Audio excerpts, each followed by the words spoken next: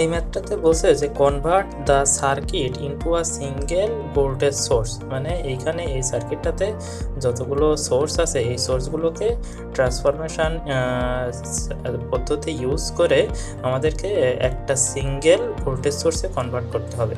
তো এইখান থেকে আমরা প্রথমে এই অ্যাম্পিয়ার সোর্স এবং এই অ্যাম্পিয়ার সোর্সটাকে ক্যালকুলেশন করে এবং এই রেজিস্টারটাকে ক্যালকুলেশন করে আমরা এইরকম একটা সিম্পলিফাই সার্কিট তৈরি করতে পারি। তো এখানে আমাদের অ্যাম্পিয়ারটা বিয়োগ হয়ে 6 অ্যাম্পিয়ার হয়েছে, আর হচ্ছে রেজিস্টার দুটো প্যারালাল ছিল, প্যারালাল করে ক্যালকুলেশন করে আমাদের 2 আসছে।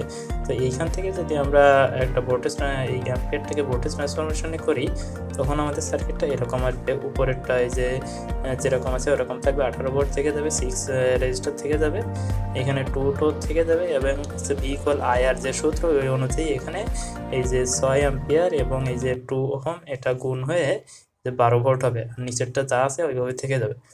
পরে আমরা সিঙ্গেল ভোল্টেজ ট্রান্সফরমেশন করব। এখানে হচ্ছে আমাদের ভোল্টেজগুলো ক্যালকুলেশন করতে হবে। আমাদের 3টা ভোল্টেজ সোর্স আছে।